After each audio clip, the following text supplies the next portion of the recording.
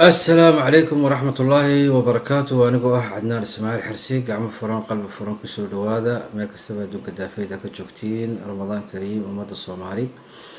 وحلي راها إن شاء الله كسر دوادا قيبت هذه وحلي راها لحاد وحلي راها نرش تشرمركا.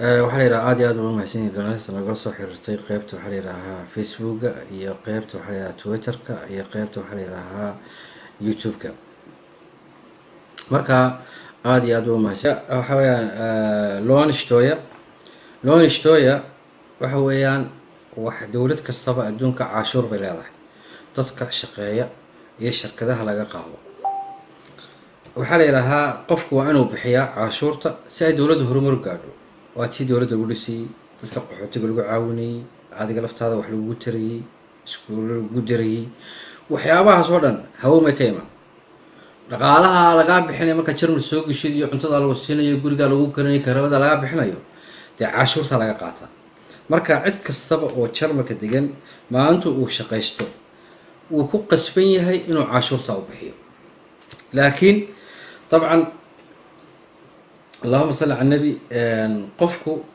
markuu waxa la yiraahdaa uu jarmal yimaado number buu leeyahay nin kastaba qof kastaba maalinta soo galo jarmalku number cashuur ayuu sameeyaa qayb waxaa lagu siiyaa markuu kaamka ku jiro ayaa dad baa iska sii arkaysa warqad loo soo diray leeyahay numberkaas leedahay waa inaanu numberkaas weligaa ka lumin waayo waa cashuurtaadi waa xuquuqdaadi markaad da noqotid oo weynaatid waa tii lacagta lagu siinayay ku noolaanaysi hadaa waxa uu numberkaas uu ka lumo waxa la yiraahdaa waxa tagaysaa xafiis la yiraahdo waxa la yiraahdaa finance amt baa tagaysaa finance amka ayaa ka mas'uula waa xafiiska waxaa la yiraahdaa cashuurta waa u tagaysaa waxa ku oranaysaa waxaan rabaa wax la yiraahdo ishtoya identification number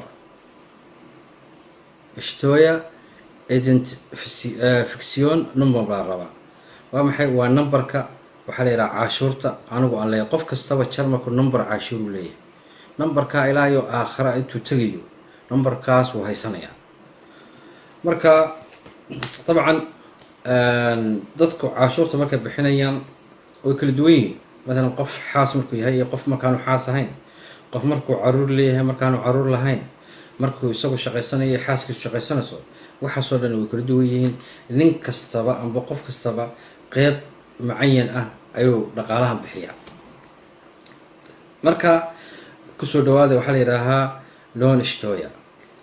loan ishtoya waa maxay waa cashuurta laga qaadayo markaad shaqaysatid marka waxa u qaybsantaa 6 qaybood 6daa qaybood keebaa fiican keebaana xun number 1 waxa weeyaan loan ishtoya glasa 1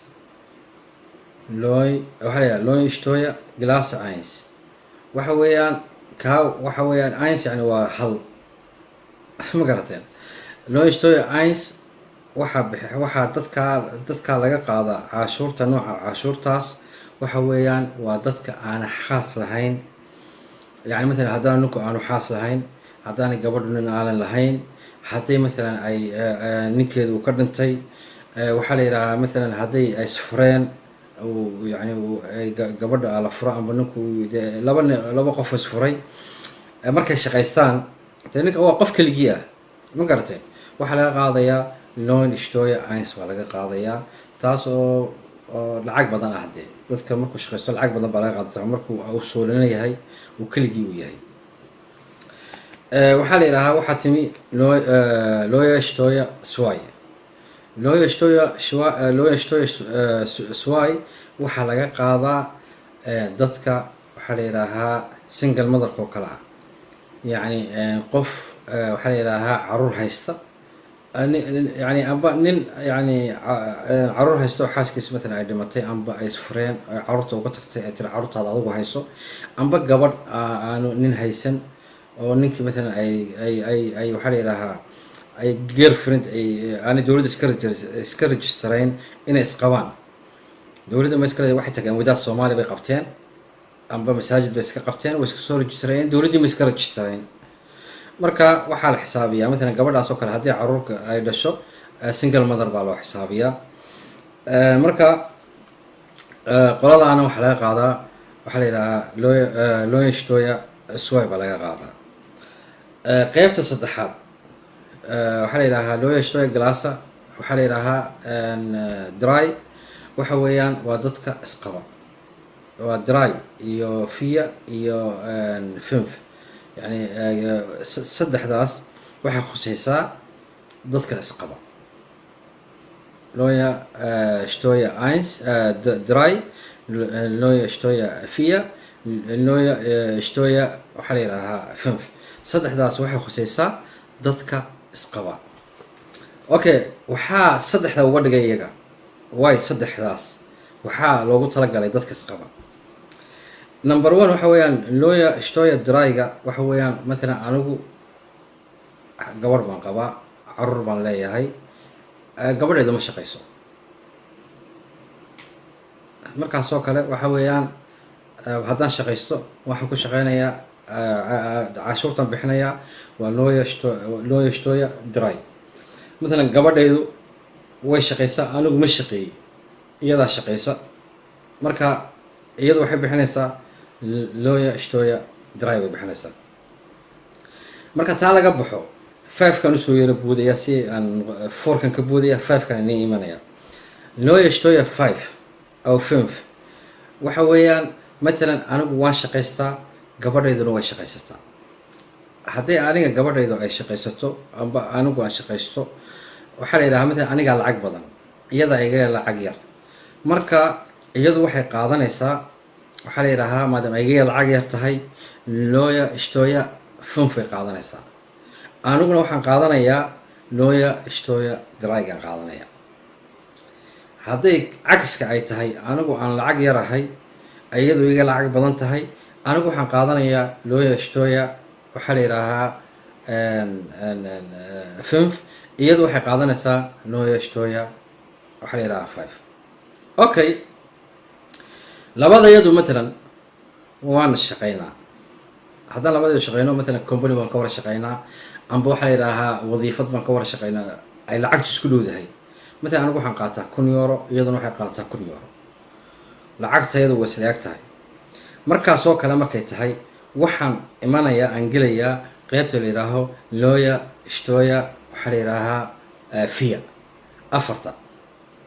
marka anigu matalan 3 baan ahaa, gabadhayduna way shaqaysatay, lacag fiican bay qaadatay, isku lacag baan noqonay. okay, iyada 5tii bay kasoo baxaysaa, 4kay imanaysaa, 5kay imanaysaa, aniguna 3dan kasoo degayaa hoos, waxaa la yidhahaa 3dan ka imanayaa, 4kan iskugu imanaynaa. marka taasaa ugu wanaagsan, maadaama adiga iyo gabadhaadu isku lacag aad tihidiin, inaad 4ka qaadatiin ayaa fiican. marka loya stoya fia waxaa qaadanaya waa maxay dadka isku lacag ay ninka gabadha iyo gabadhii ninkeedu haddii isku lacag ay yihiin. waxaa imanaysaa loya stoya 6 aw 6. loya stoya 6 yaa qaadanaya, waxaa qaadanaya waxa weeyaan qofka matalan iminka anigu shaqan ka shaqeeyaa, shaqada aan ka shaqeeyo waxaa la yidhaahaa 8 saacadood baan shaqeeyaa subaxdii. ma shaqeeyi nin waxaan ahay dee doonaya intuu sii shaqaysto, shaqo kalaan baadhay oo casarkii ah amba habeenkii ah.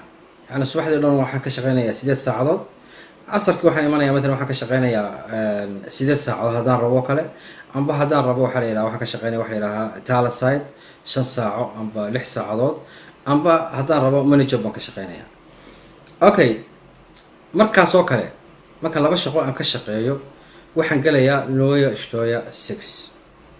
marka shaqada koowaad aan ka shaqeeyo waxaa la yidhahaa dheer waxaa la yidhahaa 8 saacadood ah ee subaxdii ah, taa waxaa laga qaadayaa loya stoya dry ayaa tahay la xisaabinaya.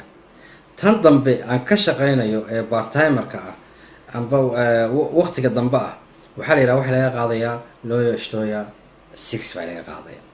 taasina waa dariibad aada iyo aada sita markay tahay, waa dariibad xoog u lacag badan, yani lacag badan baa laga qaadaya.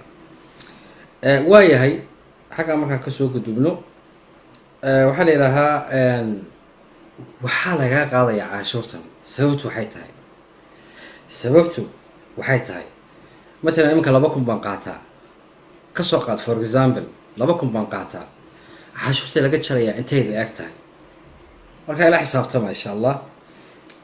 waxa weeyaan marka ugu horeysa, marka 2,000 hadda matalan ka soo qaad, waa example, mumkin 1,000 waa ku shaqeysaa. haddaa 1,000 ku shaqeysid amba yani 1,400 iyo meelaha haddaa ku shaqeysid, waxaa lagaa jarayaa taqriiban maximum markay noqoto 15% salarigaaga oo waxaa la yidhaahaa macaashkaaga. hadday kasii badato 2,000 iyo fooq ay noqoto amba 2,000 ay dusha gaadho, ilaa iyo 30%, 35% baa lagaa jarayaa. markuu macaashkaagu sii bataba waxaa la yidhaha canshuurtu sii badanaysaa. markaa sababta lagaaga jaraya maanta matalan 2,000 baan qaataa, 2,000 haddaan qaato, number 1 waxaa lagaa jaraya waxaa la yidhaha ishtooyada caadiga ah, yacni canshuurta caadiga. canshuurta caadigu waa 300, 200, 2,000 ka jar 300. ma fahamti? waxaa la yidhaahaa ishtiwaad waa ta dowladdu xaq ugu leedahay taasi, canshuurta caadiga weya normalka. waxaa imanaysa, waxaa lagaa jarayaa mid kale oo la yidhaaho waxaa la yidhaahaa rent physician. rent physician waxa weeyaan marka aad shaqada da weynaatid, aad da noqotid, waxaa la yidhaahaa asaasaqdid ayaa waxaa dowladdu lacag bay ku siinaysaa. dabcan waxaa la yidhaahaa waxyaabo badan bay kugu caawinaysaa, kiradii, kahrabadii. marka da noqotid dee dabcan waa inaa shabaabkaaga intaa tahay canshuurta aad bixisaa. rent physician baa la yidhaahaa. waxa weeyaan iyadana 100 iyo taqriiban 80, 170 waa haddaa 2,000 qaadatid weyan waxaasi. waxa weeyaan waxaa jirta mid saddexaad oo ah lagaa jarayo, waxaa la yidhaha arabayt lusig. arabayt lusig waa maxay? yani matalan imika anigu waan shaqeeyaa, shaqadii waxaa la yidhaahaa waa laga eriyey, amba waxaa la yidhaahaa anaa iska tegay dhibaato, yani amba waxyaabo duruufi haysato oo xoog weyn ah. marka dowladdu dabcan waa inaa insurance ku jirta oo dee sidii kiradii iyo wixii lagaaga bixiyo taana. marka taasna waxaa lagaa jaraya ilaa iyo 30 euro baa lagaa jarayaa.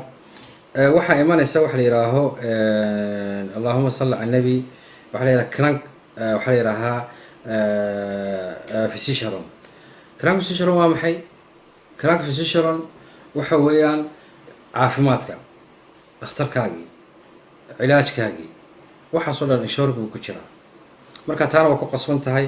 taana waxaa bixinaysaa ilaa iyo 160, 170 oo haddaa 2,000 meelaha qaadatid weeyaan. marka waa lagu si fiican baa lagu cilaajiyaa, dawo fiican baa lagu siinayaa, waa laga ilaalinayaa waxyaabo badan. waxaa imanaysaa tashanaad, waxa weeyaan waxa la yidhaaho beflige physician. beflige physician waa maxay?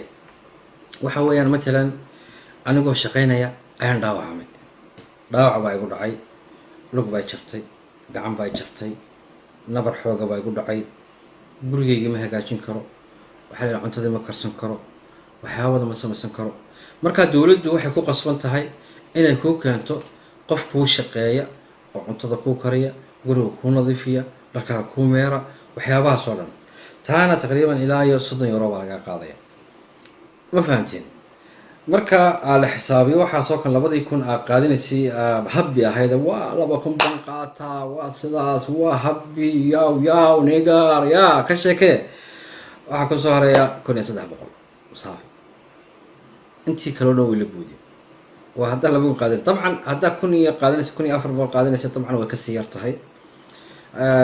canshuurtani calaa xasab, hadduu macaashkaagu sii badanya, intuu markuu sii bataba canshuur baa lagaa sii qaadayaa sii badan. okay, marka intaa insha allah waxaasoo dhan ka baxno, anigu talan siinayaa dhalinyarta Soomaaliyeed. waxaa jira wax la yidhaaho shifais arbait. shifais arbait waa maxay?